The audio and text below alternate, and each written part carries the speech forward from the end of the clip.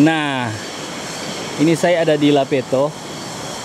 Jadi Lapeto ini adalah tempat pemandian yang alami yang ada di Sangihe. Jadi kita lihat airnya sangat jernih.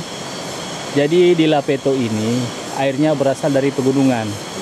Wilayah pegunungan Gunung Awu. Mudah diakses, sangat mudah. Memang belum memiliki fasilitas jalan sampai ke tempat ini, tapi kira-kira 5 menit lah berjalan kaki dari tempat parkir. Jadi mobil bisa masuk.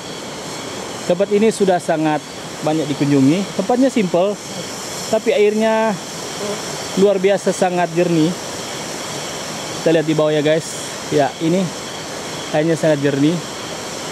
Nah, di sini tidak ada polusi karena berasal dari pegunungan di Gunung Awu. Jadi dia tidak ada polusi dan kita bisa mandi.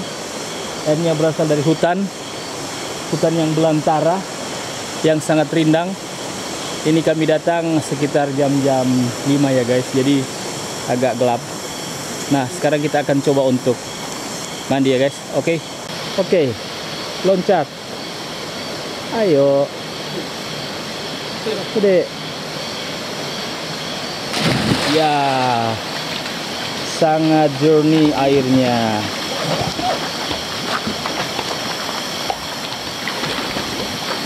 Dan ini sebenarnya tempat pemandian para bidadari. Oke.